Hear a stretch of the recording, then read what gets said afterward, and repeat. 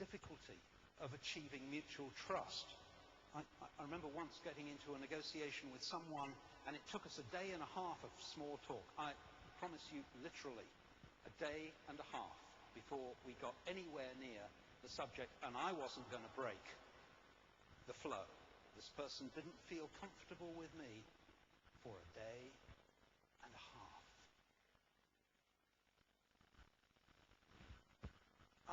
More problems very quickly. Unreconciled and possibly even unreconcilable objectives. Hidden conflicts and tensions just under the surface. Being stuck and needing a kickstart. How many times have I thought about myself being like a centipede, upside down, in a hollow, trying to wonder which of my many legs to use to kick myself the right way round so that I can make progress. Poor communication, obviously, lack of trust we've talked about. I'm going to come on to multiplicity of parties. Not just differences in language, but physical distance is obviously often an issue. And companies like mine, with the exception of me, who I have publicly declared in the company I do not want any other job in this place. Don't, for God's sake, promote me. But most people stay in their jobs for 3 years, no more, and they're out. You can't build a relationship with Chinese, Indonesians, Filipinos, Ecuadorians, Angolans when you're moving people around at that rate. But if you've got a neutral in the frame who's a continuum, aha. So, how? How can a neutral person overcome those problems?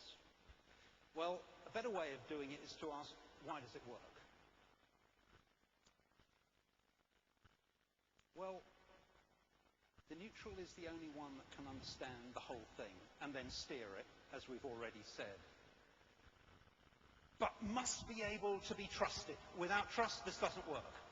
So the ability to generate the trust and apply the trust positively is vital to the whole thing.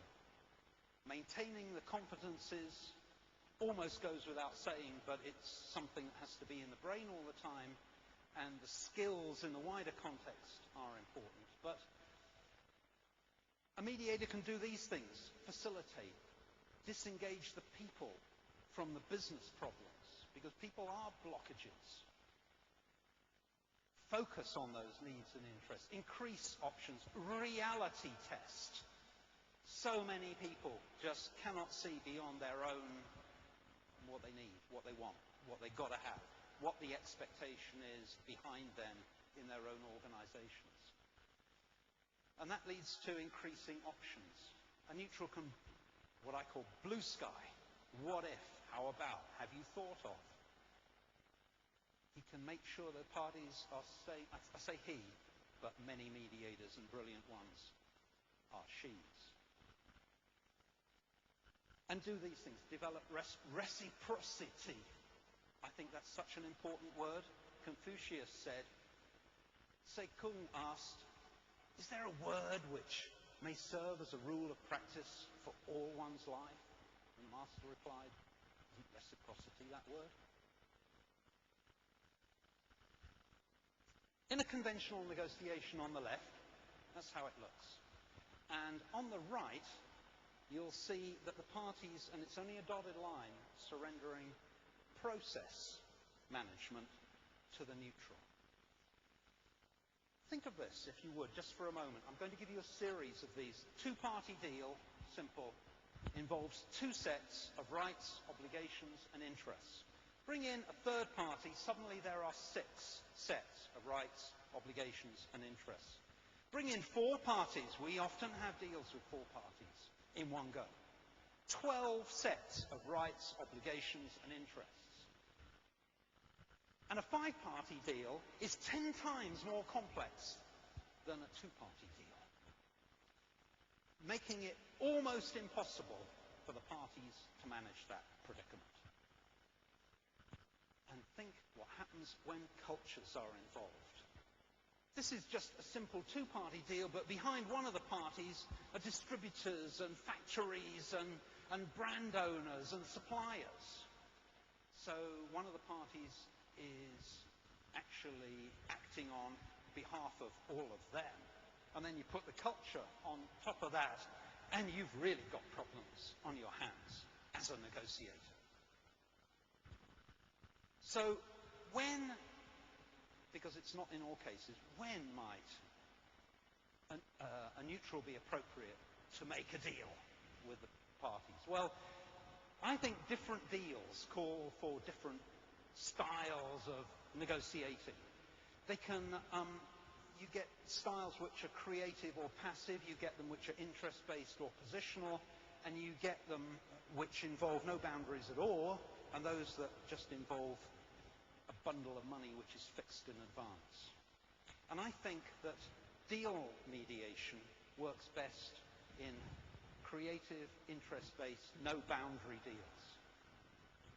That's my view, and it's based on my personal experience.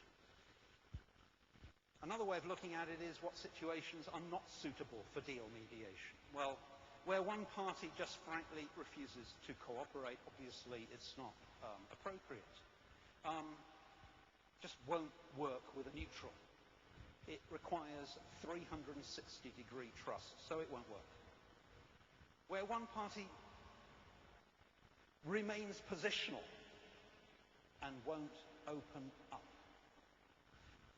And finally, where one party tries to negotiate with the neutral and abuse the objective of the exercise.